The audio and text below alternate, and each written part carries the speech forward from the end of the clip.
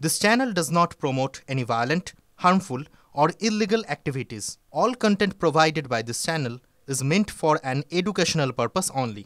Top quality और consistent performance के लिए सिर्फ सिल्वर पंप नाम याद रखना। ন্যাড়া বেলতলায় একবারই যায়। শনিবার স্বরাষ্ট্রমন্ত্রীর একটি বক্তব্যের পর এই প্রবাদী বলে বেড়াচ্ছেন রাজনৈতিক বিশেষজ্ঞরা।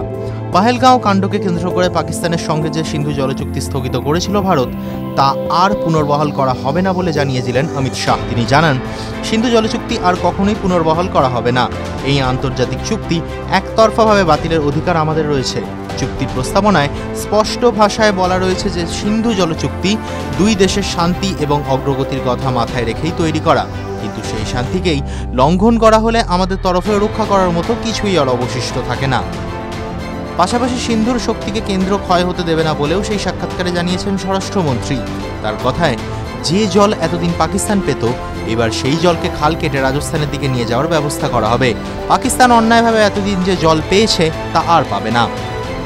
ভারত পাকিস্তান অশান্তির মাঝে সিন্ধু জলচুক্তি স্থগিত কার্যত এখনো পর্যন্ত পাক সরকারের বিরুদ্ধে ভারত সরকারের নেওয়া সব থেকে বড় সিদ্ধান্ত।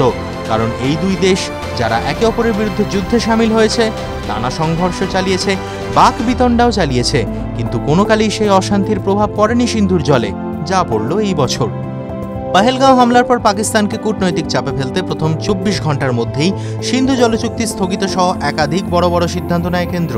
পাকিস্তানের তরফে বারংবার দাবি করা হয় যে সিন্ধুর গ্যালন গ্যালন জল কোনো মতেই ধরে রাখতে পারবে না নয়াদিল্লি, যা কার্যত সত্যি। তবে এবার সেই জলকেই ধরে রাখার জন্য যে বড় পদক্ষেপের পথে এগোচ্ছে কেন্দ্র, সেই ইঙ্গিতটাই দিয়ে দিলেন শাহ। TV9 Bangla digital.